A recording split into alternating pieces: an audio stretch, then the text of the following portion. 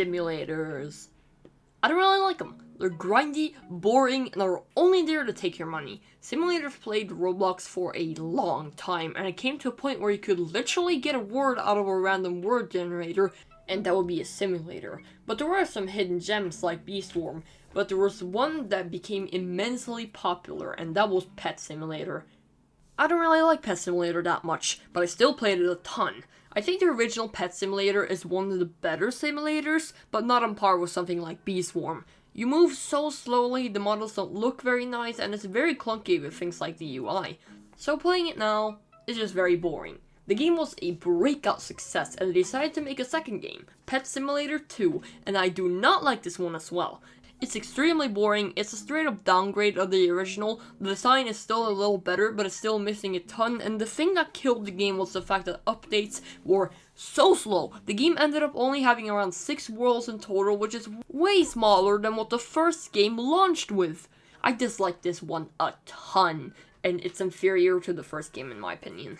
Big Games continued to make games with other successes like My Restaurant and Big Paintball, but later they decided to revisit the Pet Simulator idea with Pet Simulator X. Compared to Pet Sim 2, which I feel was pretty rushed, Big Games took their time with this one, because they really just wanted to get the game just right.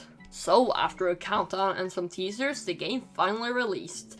The game is sort of a mix of Pet Sim 1 and 2, and it takes the best elements from those games. We no longer have worlds that are apart, but we're now back to games with fully connected ones, which I prefer a lot. There are new additions like diamonds, which can upgrade both your pets and player stats, and I like this addition a lot.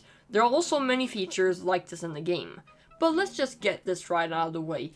This game looks amazing, the colors pop so much and it just looks great. The first game looked very bland, but every world now looks amazing. I also really like the new UI, it looks very clean and understandable. The game also feels a lot more fast-paced compared to the others. You get the ability to move faster through buying upgrades, and of course, game passes. But I don't really mind these ones that much. Things like movement in the first game was painful, but now it's much more easier. Like the teleport and the hoverboard are actually really good deals. And most of the other microtransactions aren't extremely necessary. They're just there if you feel like you're gonna pour a ton of time into this game, and I think that's great. And also, this game isn't as grindy as the other two. Seriously, anything is better than what the heck this was. I think going to other worlds and certain costs for eggs are very obtainable, and I got to the final world in only 2 days. And that's also another thing I liked about the game. The game started off with a lot of content, which brought with it a lot of replayability. As I said earlier, Big Games took their time with this game, and that's what hooked me. This game is extremely addicting and surprisingly a ton of fun. I haven't been bored of the game yet, and I think it's amazingly designed. The only update that has come out so far is the Fantasy World update, and it already lays the groundwork for the next updates. It's like the moon, but better. Tons of new pets, 3 new worlds, and a well-utilized concept.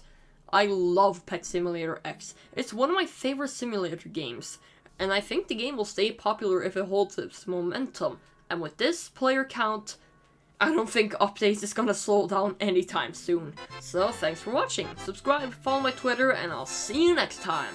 Goodbye!